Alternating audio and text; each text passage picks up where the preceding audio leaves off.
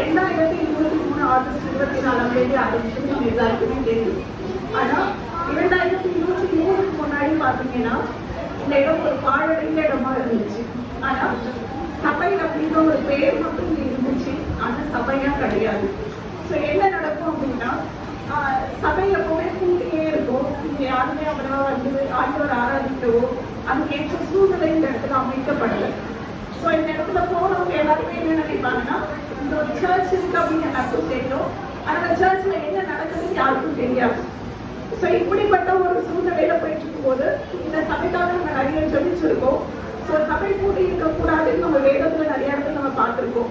So அதனால நம்ம ரொம்ப தாகத்தோட இடத்துக்கு ஜெயிச்ச நாட்கள் உண்டு. இன்னொரு விஷயம் சொல்லணும்னா, இதை சபையாவே மக்கள் ஃபர்ஸ்ட் கருத மாட்டாங்க. அது ரொம்ப ஒரு வேதனைக்குரிய இடமா இருக்கு. இந்த ஸ்ட்ரீட்டை பொறுத்தவரைக்கும் பாத்தீங்கன்னா, ஒரு ஒரு வண்டி வாஷ் பண்ணணும்னாலும் ஒரு குப்பை போட்டணும்னாலும் சர்ச் முன்னாடி தான் கொண்டுவாங்க. ஓகேங்களா? ஏன்னா அந்த மாதிரி தான் இந்த இடம் இருந்தது. ஸோ அதை யாரும் வந்து கேட்க முடியாது. ஸோ நம்ம கேட்கணும்னா என்ன சொல்லுவாங்கன்னா, இது என்ன உன்னோட இடமா, நீ என்னோட கேள்வி கேட்கிற அப்படின்னு கேட்பாங்க. ஸோ அந்த மாதிரி ஒரு சூழ்நிலைக்குள்ள இது இருந்துட்டு இருக்கும்போது பாஸ்டரும் அவங்க வந்து ஒரு நாள் எங்க வீட்டுக்கு வந்தாங்க. அதாவது வீட்டுக்கு வரல, வீட்டுக்கு வெளியில வந்து நின்று இந்த சபையோட ஆட்கள் எங்க இருக்காங்க, அட்ரஸ் சொல்லுங்க அப்படின்னு கேட்டிருந்தாங்க. அப்போதான் எங்களுக்கு தெரியும் இந்த இடத்த வந்து யாரும் விட்டுட்டு இருக்காங்க. ஸோ இந்த சபை கிடையாது அப்படின்னு சொல்லி எங்களுக்கு தெரியும். ஆனா எங்களுக்குள்ள இருந்த ஒரு பெரிய வருத்தம் என்னன்னா, வித்தவங்க எப்படி இருக்கிறாங்க, வாங்கினவங்க எப்படி இருப்பாங்க அப்படிங்கிற ஒரு வருத்தம் இருந்தது.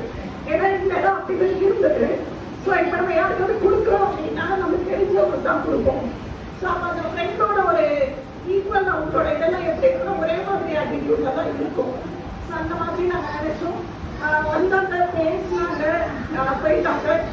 ஒரு 15 நாள் இடத்துல எந்த ஒரு நிகழ்ச்சியும் நடக்கல. ஸோ நாங்க நினைச்சபடி அப்படின்னு நினைச்சிட்டு இருந்தோம்.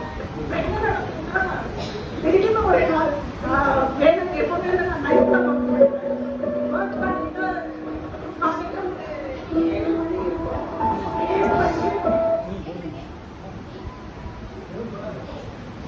காலையில் ஒரு 7 o'clock இருக்கும். மார்னிங் ஒரு 7 o'clock இருக்கும். எப்பவுமே இந்த இடம் அமைதியா இருக்கும். ஒரே சவுண்ட், நாய்ஸ் பொல்யூஷன். என்னடா இது நம்ம வீட்டு பக்கத்துல இப்படி ஒரு சவுண்ட் எல்லாம் கேட்குது அப்படின்னு வந்து பார்த்தா சர்ச்சுக்கு வெளியில கடக்கால எடுத்துட்டு இருக்காங்க. ஒரு பெரிய ஆச்சரியம் என்னன்னா, என்ன திடீர்னு ஏதோ வேலை நடக்குது, ஒரு காம்பவுண்ட் போடுறாங்க போல அப்படின்னு நாங்க நினைச்சிட்டு இருந்தோம். அதுக்கப்புறம் பாத்தீங்க அப்படின்னா தொடர்ந்து வேலைகள் நடக்க ஆரம்பிச்சிச்சு இந்த இடத்துல.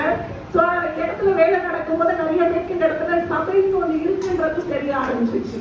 ஸோ அப்ப என்ன நடந்துச்சுன்னா, சர்ச்சை பத்தி நிறைய பேர் தெரிஞ்சுக்கவும் ஆரம்பிச்சாங்க. இந்த சபையை ஆரம்பிச்சதுக்கு அப்புறம் உண்மையை சொல்லணும்னா, நான் இந்த சபைக்கு வரல. ஏன் வரல அப்படின்னா, நடக்கிறது எப்படி இருக்குன்னு தெரியாது. ஏன்னா முதல்ல இந்த இடத்துல என்ன நடக்கும்னா, வருவாங்க, ஒரு 3 பாட்டு பாடுவாங்க, ஒரு குட்டியா ஒரு மெசேஜ் கொடுப்பாங்க, இந்த இடத்த விட்டு கடந்து போயிடுவாங்க. அது எப்படி இருக்குன்னா, படத்துல எல்லாம் காமிக்கிற மாதிரி கூட்டமா ஒரு கூட்டம் வரும், என்ன நடக்கும், அப்புறம் இதெல்லாம் வெறுமையாயிடும். ஸோ அந்த மாதிரி இருந்ததுனால இதுவும் இப்படிதான் இருக்கும் அப்படின்னு நான் நினைச்சிட்டு இருந்தேன். ஸோ அதனால ஆரம்பிச்சு ஒரு 2 மாசம் நான் வரல. ஆனா எங்களோட வீடு பாத்தீங்கன்னா பக்கத்து வீடு தான். ஓகேங்களா?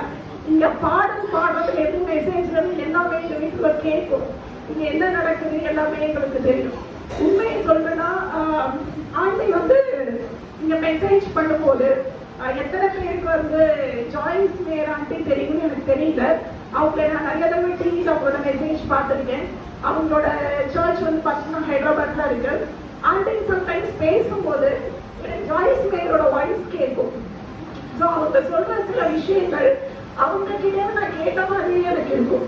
ஸோ அப்ப நான் வீட்டுக்குள்ளே என்ன நினைப்பேன்னா, சரி ஓகே, இந்த சபையில ஏதோ ஒரு விஷயம் நடக்கிறதுக்காக முயற்சிகள் நடக்குது, சரி நம்ம போய் பார்க்கலாம் அப்படின்னு சொல்லிட்டு டிசம்பர் 25ஆம் தேதி தான் இந்த சபைக்குள்ள வந்தேன் நான். ஸோ இந்த சபைக்குள்ள வந்த முதல் நாளே எல்லா சர்ச்சையும் போயெல்லாம் கூட்டமா இருக்கும். நம்ம பாட்டுக்கு ஒரு மூலையில போவோம், உட்காருவோம், ஜோப் பண்ணுவோம், வீட்டுக்கு போயிடுவோம். நம்ம யாரும் கண்டுக்க மாட்டாங்க. ஸோ பெரிய சபைகள்ல இதுதான் நடக்கும். ஆனா எங்க சர்ச்சுக்குள்ள நான் 25ஆம் தேதி வந்ததும் ஒரு ஆள் கூட விடாம எல்லாரும் இதை வந்து பேசினாங்க. எனக்கு அது ஒரு புது அனுபவமா இருந்தது.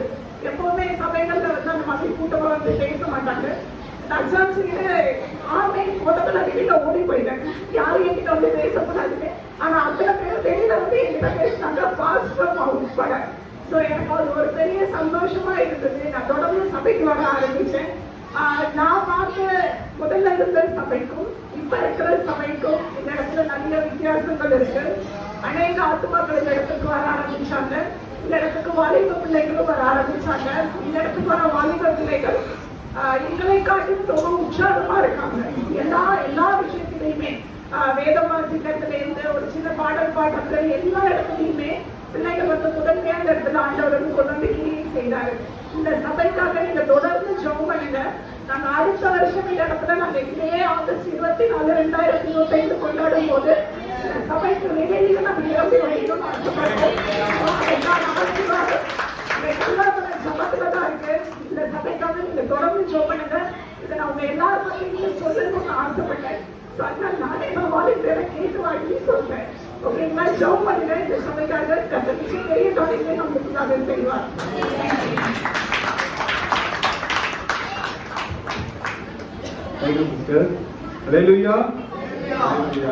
எனக்கு ஒரே ஒரு 2 நிமிஷம் என்னோட சாட்சி நான் சொல்லிடுறேன்.